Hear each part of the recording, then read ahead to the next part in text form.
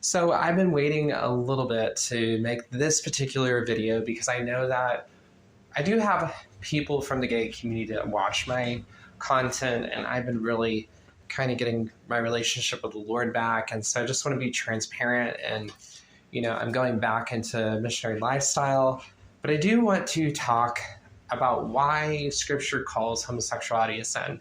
Now, if you are part of progressive theology is not historical theology or orthodox theology in a large sense. It's very new, and it ties into socialistic ideas that state that everything should be modernized. So most Christianity doesn't follow progressive Christianity.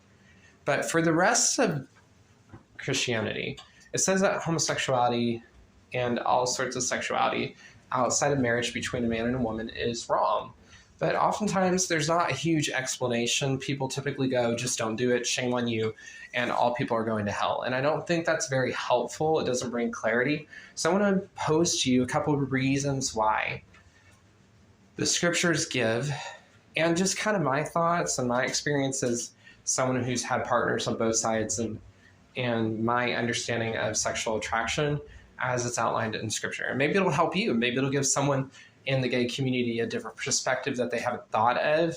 And I think people need to make these choices for themselves, and it's a difficult journey like it has been for me. So please respect that for people that do want to leave the gay lifestyle. It is not an easy journey.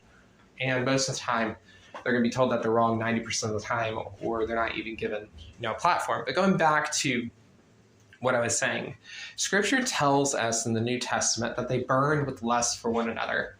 When you look at the Old Testament, there's a lot of things in Sodom and Gomorrah that don't actually deal with the idea of rape or the idea of a few other things that actually deal with hospitality, control, a debased mind, being perverse in mind in general, and being not friendly and evil and corrupt. Now, I'm not going to go really into depth on those topics, but I'm going to talk about burning passion. And I'm also going to be talking about, just for a second, weirdness or queerness, and why I believe queerness is just not, in my opinion, you're just not very mature a lot of times. I'm not saying that all queer people can't be mature. I actually follow a couple content and influencers that are queer, and I appreciate their content. But I do want to talk about the Alice in Wonderland thing and these burning passions. A lot of times it's all consuming. People can't get away from it. And it's like the attraction or desire of the unknown, and people really fantasize